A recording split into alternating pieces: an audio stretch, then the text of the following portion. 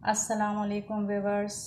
आज मैं बनाने जा रही हूँ चने की दाल का हलवा, सख्त वाला, जिसको कहते हैं का टुकड़ी टुकड़ी जो होता है, जिसको हम काट के जमा के इस्तेमाल करते हैं, वो वाला चने की दाल का हलवा। उसके लिए मैंने ये अभी रखा है। मैंने 1 किलो चने की दाल ली है, उसको 4 से 5 घंटे के लिए भिगो दिया था।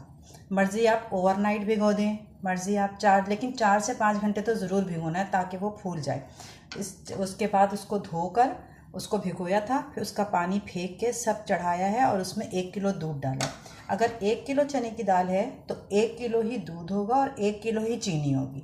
ये रेशो याद रखें, जितनी दाल होती है उतना ही दूध, उतना ही चीनी और उसका आधा घी। ये रेशो से अगर आप बनाएंगे रेशो से, तो आपके चने की दाल का हलवा बिल्कुल परफेक्ट बनेगा।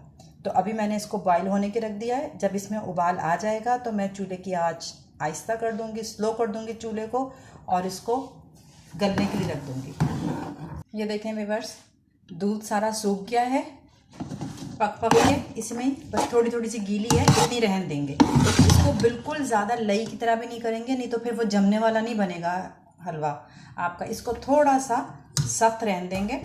इस तरह के गल भी गई है। ये देखें, गरम बहुत हो रहा है।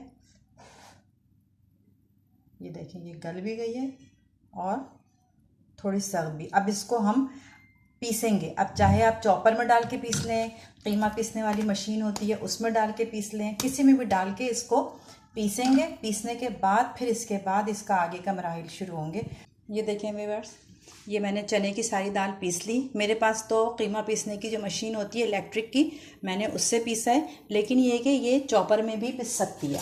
चॉपर में पीस सकती है, बस थोड़ा टाइम लगेगा। सारा चॉपर का, अगर आपके पास बड़ा चॉपर है तो जल्दी पीस जाएगा, छोटा चॉपर है तो ज़रा टाइम लगेगा। बाकी मेरा जो है 10 मिनट 5-7 मिनट लगे मुझे इतनी 1 किलो दाल पीसने में।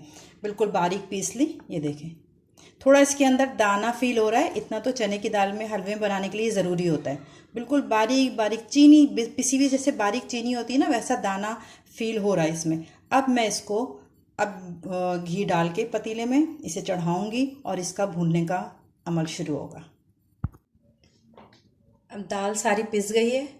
अब दाल पिसने के बाद फिर मैंने एक बड़ी पतीली चूल्हे पे चढ़ाई, उसमें मैंने ½ kg घी डाला। ये देखें, ½ kg घी डाला। ये वाली बात आप लिख लें कि जितनी दाल होगी उतनी ही चीनी होगी, उतना ही दूध होगा। ये सब एक क्वांटिटी में होंगे, दाल, चीनी और दूध, और घी जो है वो उसका ½ होगा। अब इस रेसिपी से इस तरह बनाएंगी तो आप चाहे 5 किलो दाल का ही बनाएंगी तो आप 5 किलो उसी हिसाब से रखिएगा कि दाल, चीनी, दूध ये सब एक ही क्वांटिटी में होंगी, और जितनी दाल होगी उसका आधा जो है वो घी होगा। अब ये घी गर्म हो गया तो ये सारी दाल जो है, ये जो मैंने पीसी थी, ये सारी दाल जो है ये इसमें डाल कर भूनेंगे। बस अब इसको छोड़ना नहीं है, इसको भूनते रहने देना है। तो थोड़ी थोड़ी देर पे इसको चलाते रहना है, कंटिन्यूसली, बल्कि इसको चलाते रहना है। 1-2 मिनट के लिए कुछ इधर से उधर छोड़ दें, लेकिन अब उस वक्त तक चलाना है जब तक इसका कच्चापन दूर ना हो जाए, इसका कलर चेंज ना हो जाए, ये ब्राउन की तरफ चला जाएगा दाल पकते पकते, भूनते भूनते, और इसमें से भीनी भीनी सी खुशबू आने लगेगी। जैसे बेसन भूनता है वैसी खुशबू आने लगेगी, तो फिर पता चल जाएगा कि ये चने की दाल भून गई। अगर इस वक्त भूनने में सारी इसकी चने की दाल की हलवे का सारी मेहनत जो है भूनने पर होती है। अगर आपने इसको कच्चा रख दिया जल्दीबाजी में और भूना अच्छे तरीके से नहीं, तो सारा इसका हलवे का मज़ाक ख़राब हो जाएगा। तो लिहाजा इसमें सारी मेहनत जो है वो दाल को भूनने में, इसको हमें अच्छे तरीके से भूनना है। और ये जब ब्राउन होने लगेगा, इसमें से अच्छे से खुशबू आने लगेगी। अभी तो काफ़ी टाइम लगेगा, तकरीबन आधा घंटा लगेगा मुझे इसे भूनने में। ये देखिए, जब वो उसमें मैंने इसे घी में बेसन को भूना, तो उसके बाद मैंने इसमें 1 किलो चीनी डाल दी। चीनी मेल्ट हुई है, इसकी वजह से इसकी ये जो है इसकी कंसिस्टेंसी जो है वो पतली हो गई है। अभी ये वापस भूनेगा और ये इस फॉर्म में आ जाएगा जमने वाले में। ठीक है, अभी चीनी मेल्ट हुई है ना, अभी डाला है मैंने इसमें शुगर, तो इस वजह से ये थोड़ा, इसको लेकिन छोड़ना नहीं है और इसको मुसलसल चलाते रहना। इसी चलाई के दौरान ही मैंने इसमें 4-5 छोटी इलायची पिसी भी डाली है अभी मैंने इसमें, बस भुनने के दौरान। और इसको चलाते रहना। अब ये भूनने का वक्त है, अब इसे छोड़ देंगे तो ये जल जाएगा। इसको मसाला चलाते रहना है। जब ये बिल्कुल जमने वाले, ये पतीली का किनारा छोड़ दे और जमने वाले उसमें आ जाएगा, तो फिर इसको हम थाल पे जमाएंगे। ये देखिए व्यूअर्स, ये थोड़ा सा गाढ़ा होना शुरू किया। जो इसकी कंसिस्टेंसी पहले रनिंग थी, एक दिन रनी थी, अब ये देखिए थोड़ा सा गाढ़ा हो रहा है। इसी तरह करते करते जब ये पतीले का किनारा छोड़ दे और बीच में जमा हो जाए, तो बस जब समझ जाएं कि आपका हलवा तैयार है, फिर हम इसको थाली में फैला के और इसको जमाएंगे।